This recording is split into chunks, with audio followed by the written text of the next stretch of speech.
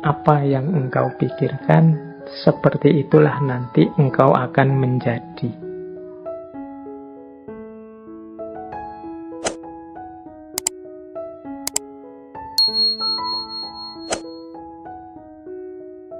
Assalamualaikum warahmatullahi wabarakatuh. Apa yang engkau rasakan, itulah nanti yang akan engkau tarik. Maksudnya engkau hadirkan yang akan terjadi dalam hidupmu. Dan apa yang engkau bayangkan, itulah nanti yang engkau ciptakan. What you think, you become. What you feel, you attract. What you imagine, you create. Teori law of attraction ini nanti sebenarnya intinya ada di sini. Ada di satu quotes ini. Quotes ini dari Buddha. Ya seperti tadi saya bilang, teori law of attraction ini diramu dari berbagai tradisi spiritual oleh beberapa tokoh. Nanti kita lihat siapa saja tokoh-tokoh itu ya, antara lain. Tapi inti teorinya tadi, bahwa bagaimana pikiran kita, apa yang ada di kepala kita dalam bentuk pikiran, itulah nanti yang akan kita wujudkan dalam kenyataan. Jadi inti teorinya itu. Ya kalau pikiran-pikiran kita positif, ya kita akan mengundang hal-hal yang positif dalam hidup kita. Tapi kalau pikiran-pikiran kita negatif, ya kita mengundang hal-hal yang negatif dalam hidup kita. Itu inti teori the law of attraction. Makanya kalau harus didefinisikan secara ringkas, the law of attraction itu hukum tarik-menarik. Jadi apa yang kita fokuskan dalam pikiran kita, itulah yang akan ditarik hadir dalam hidup kita. Kalau kita fokus pada hal yang negatif saja, maka akan hadir peristiwa-peristiwa, hal-hal yang negatif. Kalau yang positif juga akan hadir hal-hal peristiwa-peristiwa yang positif. Jadi untuk sementara itu dulu secara definisi. Nah, sekarang kita lihat kerangka-kerangkanya.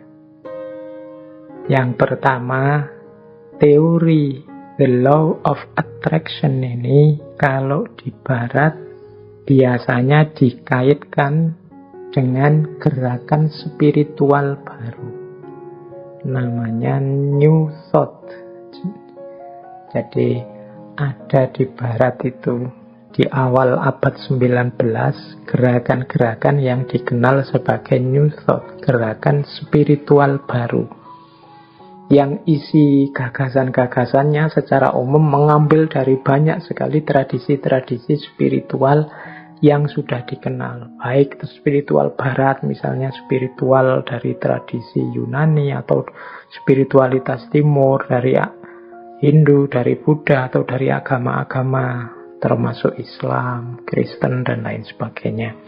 Jadi gerakan yang fokus pada spiritualitas ini nanti dikenal sebagai New Thought. Ya meskipun tidak diambil sepenuhnya sebagai agama atau sebagai aliran tertentu, tapi biasanya dipilih dari agama-agama dan aliran-aliran spiritual itu bagian-bagian spiritualnya. Jadi gerakan ini namanya New Thought.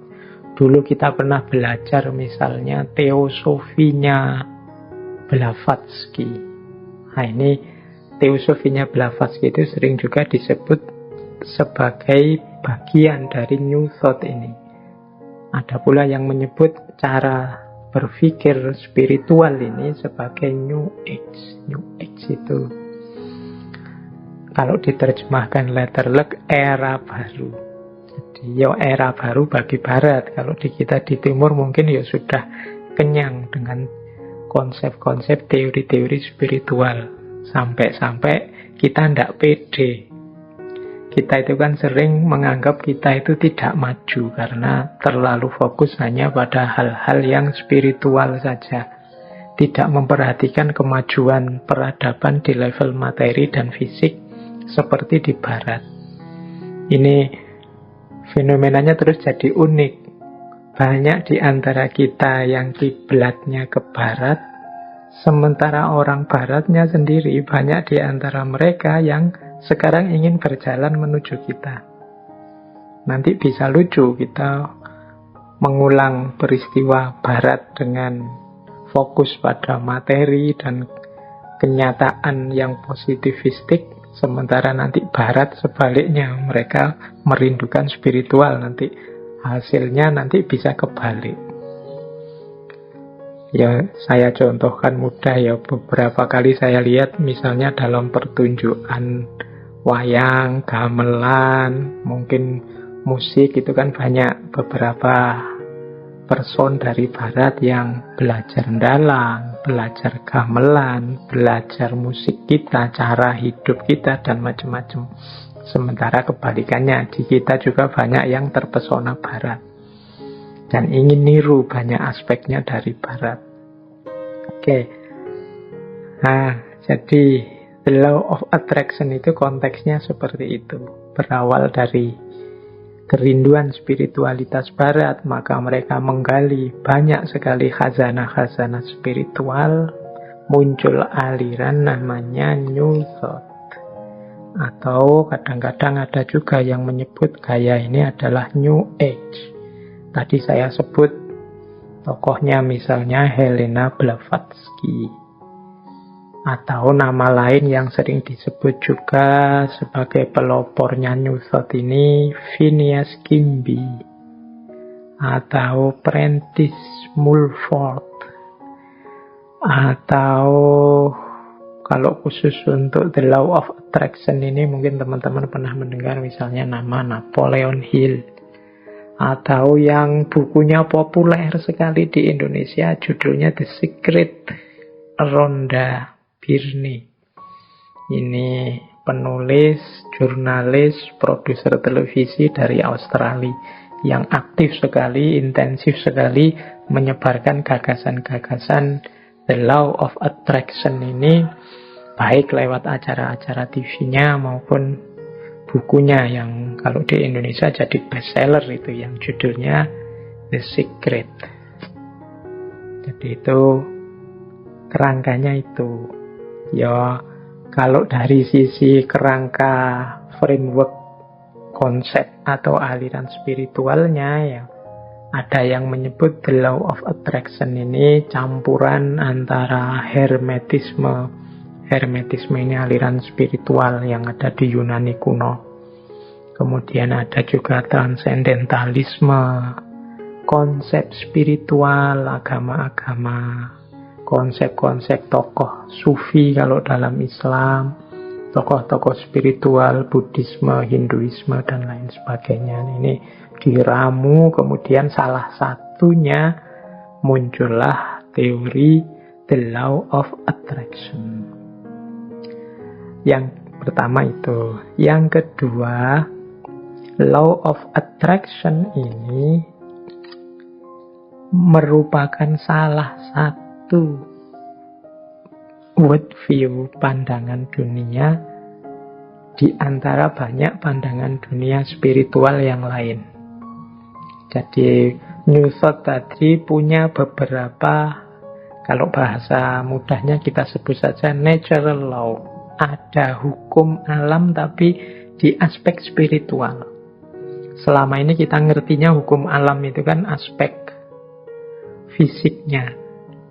Jadi natural law itu bayangan kita selama ini, sesuai teori yang kita pahami selama ini, itu ya hukum alam yang eksakta, ya kayak matahari terbit dari timur, kemudian apalagi bulan mengelilingi matahari, dan macam-macam air kalau direbus 100 derajat dia mendidih dan lain sebagainya. Natural law yang eksak. Tapi ini hukum alam yang metafisik, bukan hukum alam yang fisik. Nanti ada, kita tengok beberapa, termasuk natural law ini, termasuk law of attraction ini. Jadi Ciri pertama dia New Thought, ciri kedua dia Natural Law. Tapi Natural Law yang metafisik. Yang ketiga, Natural Law ini punya gagasan, kalau bahasa filsafatnya, mind over body. Jadi mind over body ini pikiran yang menguasai tubuh. Yang rohani lebih penting daripada jasmania. Ini kalau di kita pandangan ini biasa sekali. Kita belajar mistisisme, kita belajar tasawuf, itu asumsi besarnya adalah mind over body. Yang rohani itu yang esensial. Sementara yang jasmani ini sifatnya parsial temporal. Nah, kalau di barat tapi ini wacana yang luar biasa, karena barat modern itu kan sering melihat dunia ini di aspek materinya saja. Makanya teori-teori sains itu sering disebut positivistik. Positivistik itu hanya percaya pada yang ada faktanya dan yang masuk akal saja. Kalau tidak ada faktanya, tidak percaya. Kalau tidak masuk akal, tidak percaya. Nah, ini pandangan kebalikan dari mind over body. Dia butuh fakta dulu, butuh kenyataan dulu, baru percaya. Ya kalau teman-teman sering posting di medsos, terus teman mau menyampaikan sesuatu, terus kalian balesnya, kalau tidak ada fotonya atau tidak ada videonya, tidak percaya. Tidak ada fotonya berarti hoax. Nah, butuh fakta dulu, butuh bukti nyata dulu, baru percaya. Ini sebenarnya tradisi modern yang dikenal sebagai positivistik. Misalnya tentang yang gaib-gaib, kita tidak percaya dulu sama yang gaib-gaib sebelum ada faktanya. Oh, itu kalau kita orang yang beragama agak kesulitan menggunakan logika ini, karena keimanan kita itu isinya ya sebagian besar hal-hal yang metafisik, yang tidak bisa diakses langsung oleh panca indera. Jadi kalau kita punya pandangan body over mind, wah susah kita. Jangan-jangan ini yang membuat kadang-kadang hari ini kan kita banyak ini membawa kamera ke kuburan-kuburan, bahwa ingin membuktikan ada yang gaib bener, ada hantu bener apa enggak, ada jinnya bener apa enggak. Itu kan karena kita ingin membuktikan bahwa di situ secara fisik bisa difoto atau bisa digambar tentang manifestasi yang gaib-gaib itu. Ya namanya gaib ya susah sebenarnya dicari fakta fisiknya, wong dia karakternya metafisik. Tapi kan kita menuntut terus bukti fisik. Nah ini jangan-jangan memang paradigm kita, paradigma berpikir kita, paradigma yang body over mind. Jadi nuntut fakta nyata dulu sebelum percaya. Ini agak berat bagi kalangan agamawan. Nah, di barat mulai ada kesadaran mind over body. Termasuk munculnya the law of attraction ini. Kita lanjutkan. Silahkan ambil nafas sebentar. Nah, kita lihat lagi ya tadi yang tentang natural law tadi. Saya membaca buku yang judulnya Seven Cosmic Laws. Ini teorinya mirip dengan natural law tadi yang nulis William Walker Atkinson. Saya jelaskan sebentar. Natural law versi para spiritualis barat ini. Nanti mungkin teman-teman ada kesempatan untuk membandingkannya dengan spiritualitas timur. Termasuk mungkin juga spiritualitas Islam. Yo, malam hari ini kita belajar beneran.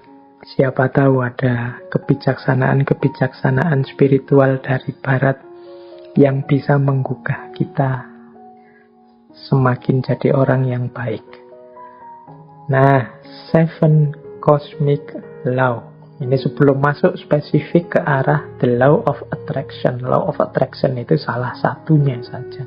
Sebenarnya ada, kalau menurut William Walker Atkinson, ada 7 hukum semesta. Istilahnya kan kosmik. Jadi alam semesta ini ada 3 rumusan hukumnya. Yang pertama apa? Yang pertama ada the law of vibration. The law of vibration itu segala sesuatu itu bergetar. Tidak ada yang diam. Getaran-getaran dalam frekuensi yang sama akan saling menarik. Kegembiraan akan menarik kegembiraan yang lain. Nah, fokuslah secara konsisten terhadap pikiran tertentu, maka akan menarik getaran yang sama. Jadi the law of vibration itu kita ini bergetar terus. Ini menjelaskan bergetar ini mungkin tidak mudah. Kita ini kan sebenarnya tidak diam. Coba teman-teman perhatikan pikiranmu, perasaanmu, intelijensimu, ini kan kerja terus. Ya dari luar kelihatan diam, tapi di dalammu itu kan rame terus. Nah, itu mungkin mudahnya ya, jenis getaran. Engkau sedang berada di frekuensi mana?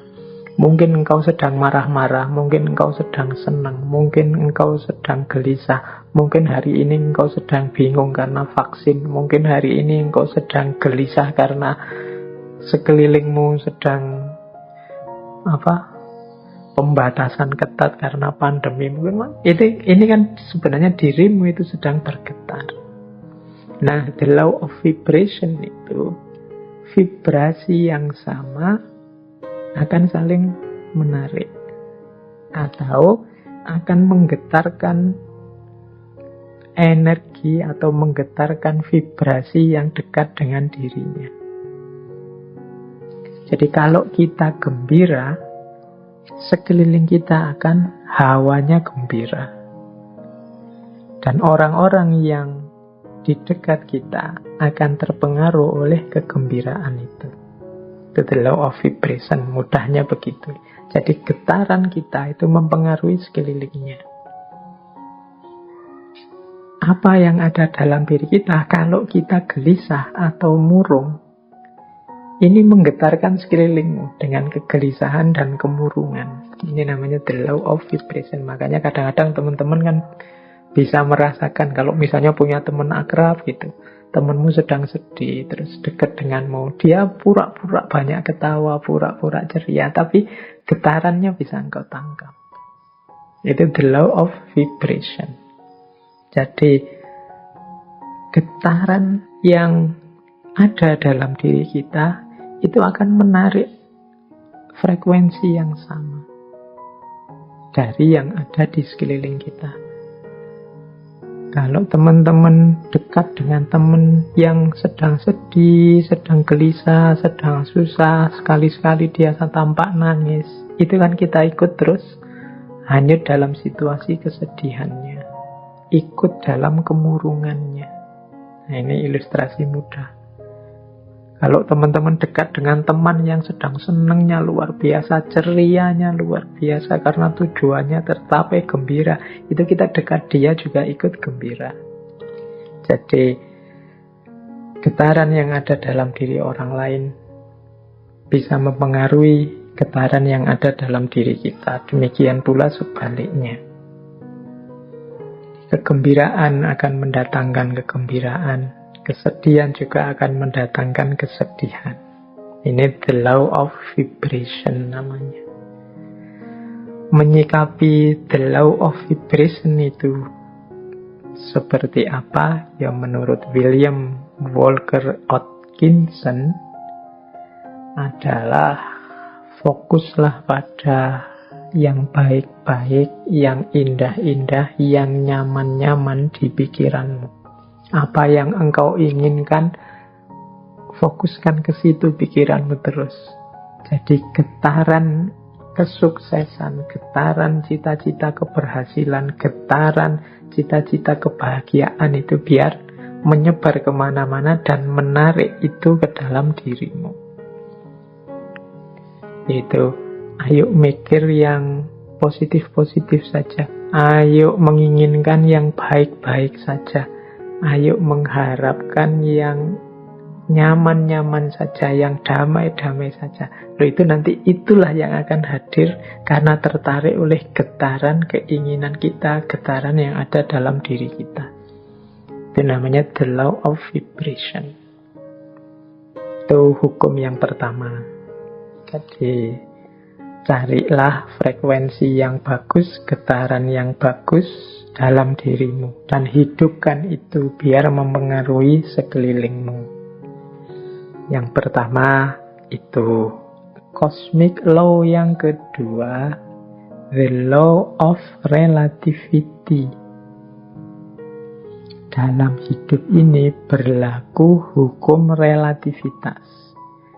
Relativitas mungkin tidak persis sama seperti relativitasnya Einstein. Tapi relativitas di sini adalah mudahnya begini. Tidak ada sesuatu yang bisa kita pahami sampai kita hubungkan dengan sesuatu yang lain. Apakah itu tentang sifat, nilai, kualitas, atau artinya sesuatu dan lain sebagainya, itu kita akan susah memahami kalau kita tidak menghubungkannya dengan yang lain. Itu namanya the law of relativity. Ilustrasi mudahnya, misalnya sampean mau menilai saya, Pak Faiz itu wajahnya seperti itu masuk kategori ganteng apa jelek? Itu kan susah kamu jawab, mungkin ya sungkan barang, gak berani ngomong. Tapi mudahnya itu, kalian ngerti saya cakep apa jelek, itu kan ketika dibandingkan, dihubungkan dengan yang lain. Mungkin dengan wajahnya orang lain, kalau dihubungkan dengan yang lebih cakep, ya saya ndak ada apa-apanya. Tapi kalau kamu cari yang lebih drop, jauh lebih jelek, mungkin saya ya masuk kategori ganteng. Itu the law of relativity. Indonesia ini negara yang nyaman, maju, atau negara yang terbelakang, mundur? Itu jawabmu mesti susah, karena parameter bisa macam-macam orang bikin. Mudahnya apa? Relatif. Relate-kan dengan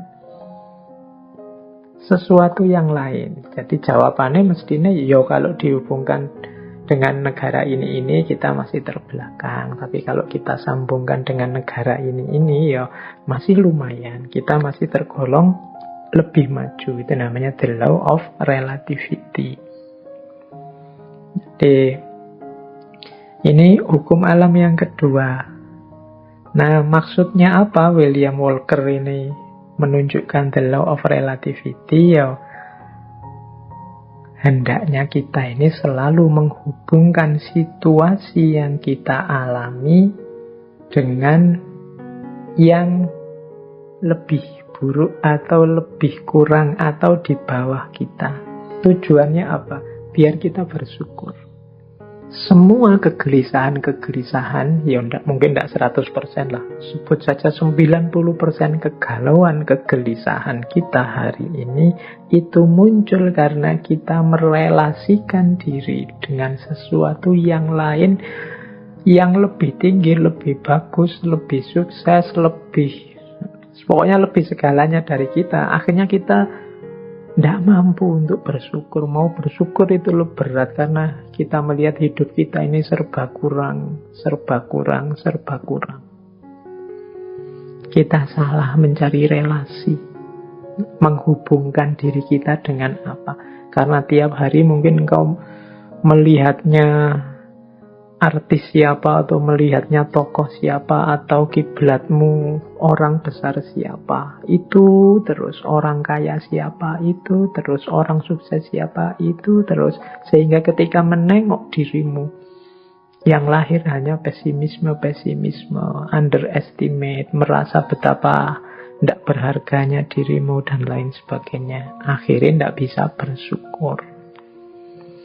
Nah, untuk bisa bersyukur, ingatlah the law of relativity tadi. Kalau engkau mau melihat yang lebih bawah darimu, masih banyak.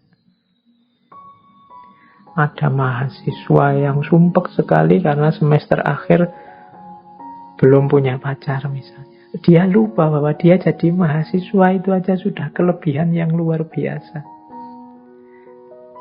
benchmarknya mungkin temennya. Benchmark itu tempat dia mengukur, tempat dia merelasikan diri, itu temennya yang sudah punya pacar.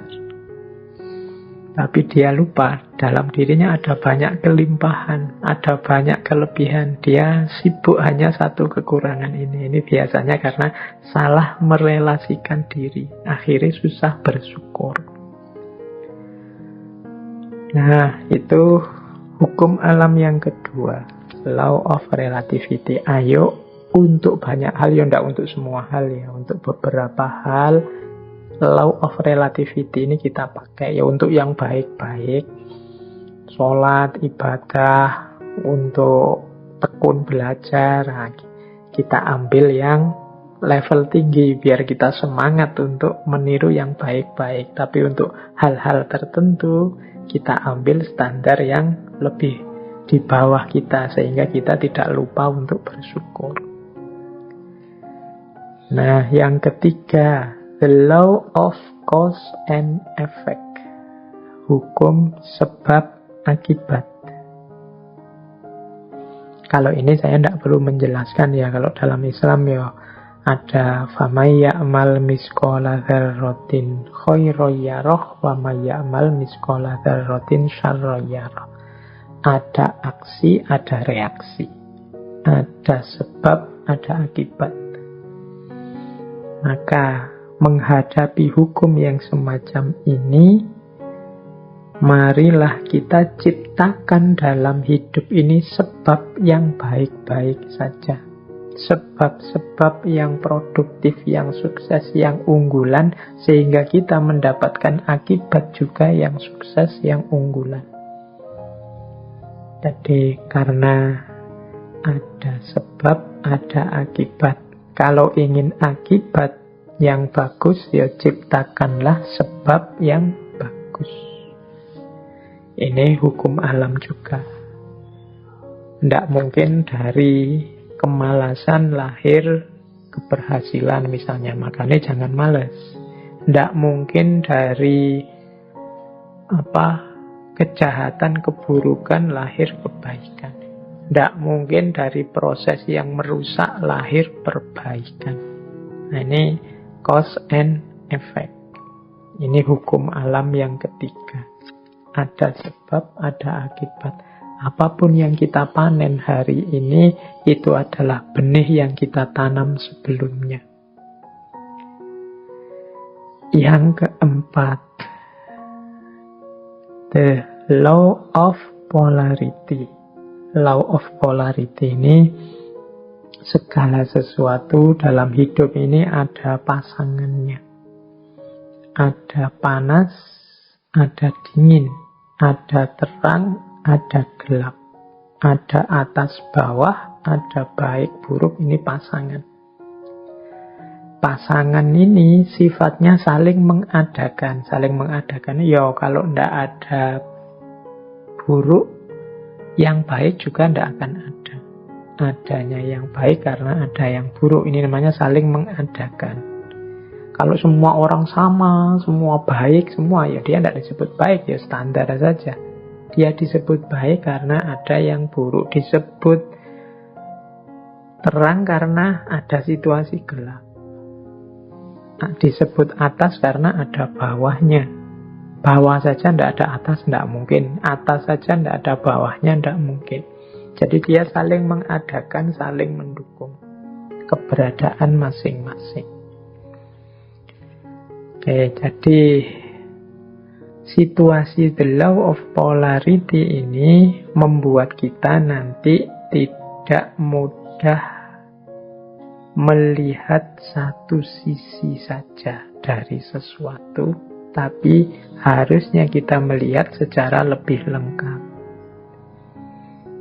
Jadi ada orang baik loh, terus kita puji, kita senangi total 100%. Dia dengan segala kebaikannya. Tiba-tiba dia melakukan sedikit atau satu keburukan. Runtuhlah kepercayaan kita yang darinya sangat cinta jadi sangat benci. Kita lupa bahwa namanya masih manusia, masih duniawi, itu pasti berpasangan. Ada baiknya, ada buruknya. Ya mungkin kadar dan ukurannya berbeda-beda, tapi pasti ada pasangan-pasangan ini. Kita sering tidak siap menerima situasi yang kebalikan dari kenikmatan, kenyamanan yang kita rasakan hari ini. Padahal itu ya berpasangan. Ada enak, ada tidak enak. Di balik kenikmatan, di sisi sana ada ketidaknikmatan. Itu selalu ada. Minggu depan insya Allah kita perdalam the law of polarity ini di falsafah hidup yin yang. Tapi the law of polarity ini juga salah satu dari 7 cosmic law. Salah satu hukum semesta. Baik, nanti kita lanjutkan kalau yang keempat ini ya. Yang kelima, the law of rhythm. The law of rhythm ini, hidup ini mengalami siklusnya masing-masing. Hidup ini ada perputarannya. Siang, malam, kelahiran, kematian, kemunculan, kepergian, dan lain sebagainya. Namanya rhythm, iramanya hidup. Nah, segalanya ada awalnya, ada akhirnya. Ini the law of rhythm. Beberapa kali saya ceritakan kan ada kisah sufi, seorang sufi yang punya jargon, ini pun akan berlalu. Mengalami apapun, apakah itu kesenangan, apakah itu kesedihan, pada saatnya juga akan berlalu. Seberat apapun, seperti apapun. Termasuk pandemi ini. Dia ada awal kehadirannya, pasti nanti ada akhir kepergiannya. Itu the law of rhythm. Jadi kalau kita mengalami situasi apapun, sadarlah bahwa situasi ini akan berakhir. Yang sedang sedih, ingatlah kesedihanmu pada saatnya akan berganti kegembiraan. Yang sedang gembira, wong namanya kita hidup, pada saatnya juga akan ada masalah dan kegembiraan akan bertemu dengan kesedihan. Itu namanya the law of rhythm. Hidup ini ada siklusnya. Yang sedang di bawah jangan putus asa, yang sedang di atas jangan jumawa. Karena kita ini berputar. Ini namanya the law of rhythm. Untuk the law of rhythm ini, insya Allah nanti minggu terakhir kita bahas dari perspektif filsafat Jawa. Cokro Manggilingan. Baik, kita lanjutkan. Yang keenam, the law of gestation. The law of gestation itu bunyinya begini. Segala sesuatu perlu waktu untuk terjadi. Tidak ada yang ujuk-ujuk sempurna. Tidak ada yang ujuk-ujuk utuh. Segala sesuatu dalam hidup ini butuh proses.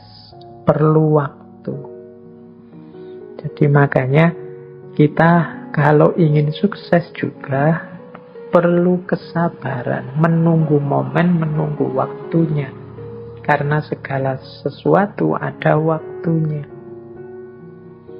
Ada waktu menanam, ada waktu memelihara, ada waktu memetik buahnya. Segalanya butuh proses. Tidak ada yang ujuk-ujuk setelah ditanam terus buahnya muncul.